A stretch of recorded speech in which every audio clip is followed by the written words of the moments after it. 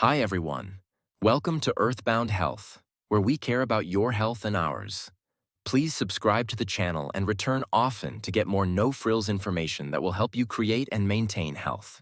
There are many things about our healthcare system that make you wonder, but the topic I'm going to talk about today will make you ask questions the next time you visit your healthcare professional. In this video, you'll hear shocking facts about one of the most respected and accepted theories of health. Have you ever been told that your BMI or body mass index is too high and you're overweight? Well, I have good news for you. The concept of BMI or body mass index is not scientific or based in medicine. The concept came not from medicine, not from science or a doctor, but from a Belgian mathematician in the 1830s named Adolphe Quetelet. He set out not to devise a test to quickly diagnose obesity, which was still years away from being widely perceived as a problem, but to find the average man. He thought that he could take thousands of measurements, compare them, and find the ideal human weight. Through calculating these samples, he found that weight typically increases with the square height of a person. However, there were big limitations and flaws in Quetelet's experiment. A major limitation and flaw was that all the participants were Western European men. The experiment also had nothing to do with measuring the health of a particular individual. It wasn't until the 1970s when American physiologist and dietitian Ansel Keys and a group of his colleagues promoted Quetelet's index as the best available way to quickly screen for obesity that it became what we know today as the BMI. But like Quetelet, the Keys study didn't account for all body types. It only measured 7,426 so-called healthy men from a few sample groups. They included some Americans, Italian railway workers, men from East and West Finland, Japanese farmers and fishermen, and Bantu men from South Africa. Here are reasons why the concept of BMI or body mass index cannot accurately measure a person's health. This flawed concept has caused millions to feel guilty and unworthy.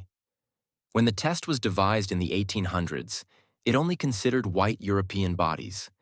In the centuries since, research has revealed that a healthy weight is different for certain ethnicities. For example, Polynesians are generally healthier at a higher weight range, while for people of Asian descent, a lower BMI is seen as optimal. So, because BMI cutoffs are based on data from healthy white men, it is not accurate for all ethnic groups. Also, obesity was not always recognized as a health issue, but now it is linked to various diseases. BMI became a key indicator of unhealthy weight only in the 90s. But it is not an accurate measure of health. Neither does it accurately reflect the health of all people. Body fat percentage, particularly abdominal fat, is a more accurate indicator of obesity-related risks than a person's BMI. BMI cannot distinguish between muscle and fat percentage or between good and bad fat. Neither are BMI levels considered when it comes to the sex or age of a person. Think about athletes. Using BMI, most elite athletes would be classified as overweight. That's because the test doesn't account for the difference between muscle mass, bone density, and body fat. Elite athletes can have a high BMI but be healthy. The BMI theory has an even larger flaw. As said previously, it doesn't consider the natural differences in body types between people of various ethnicities, genders, and ages. Similar situations exist for women and older people who carry weight differently throughout their lifetimes. For people over 65, a higher BMI is often linked to better health because it may mean the person is well-nourished. The extra padding also provides some protection against broken bones, which can lead to fatalities in old age. Some people are healthy, even though they are clinically overweight, just as some people who fall into the healthy range have metabolic issues.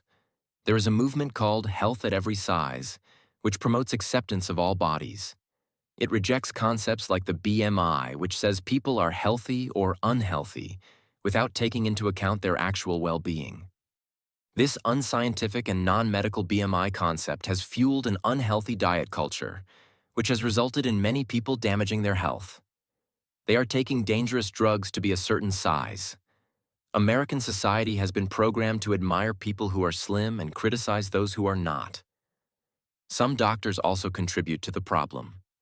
Imagine going to the doctor for something like a virus and you leave feeling down and ashamed because the doctor chose to focus too much on your BMI or weight. It's time for this outdated and flawed practice to be laid to rest. BMI became a key indicator of unhealthy weight in the 90s. Before then, it was primarily used for population health and was not associated by medical organizations with body weight. This is because obesity was not always recognized as a health issue or linked to various diseases. Body fat percentage, particularly abdominal fat, is instead considered a more significant indicator of obesity-related risks. BMI cannot differentiate between muscle and fat percentage or distinguish between good and bad fat types. There is also a problem as it relates to gender. BMI links to health differ for men and women, but the scale isn't adjusted for sex. This weight bias in healthcare has resulted in misinterpreting BMI, leading to negative outcomes. BMI alone is limited and insufficient. It is not effective or accurate for individual health assessment.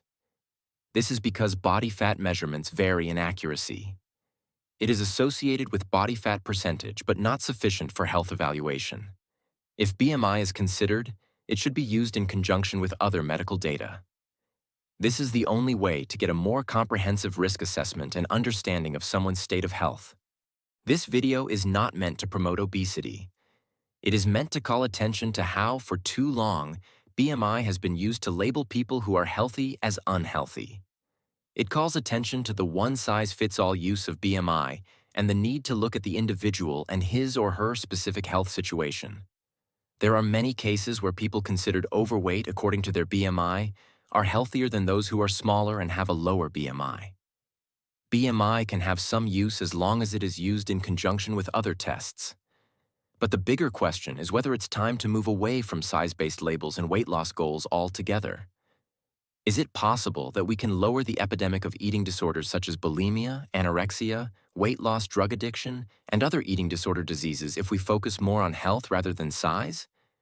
It may just be possible. What health gains would we experience if we advocated eating real food rather than low-fat, low-calorie food void of nutrients? These so-called foods may make us slimmer, but will they make us healthier? The healthcare industry can offer a better focus which involves encouraging people to be as healthy as they can be at whatever weight they are. If you smoke, give up smoking. If you're inactive, be more active. If your diet is crappy and unhealthy, commit to eating better. If you do these things, they may not change your weight, but they will certainly improve your health, which is the goal we all want to achieve. I continue to be amazed every time I learn about a new natural health remedy or supplement.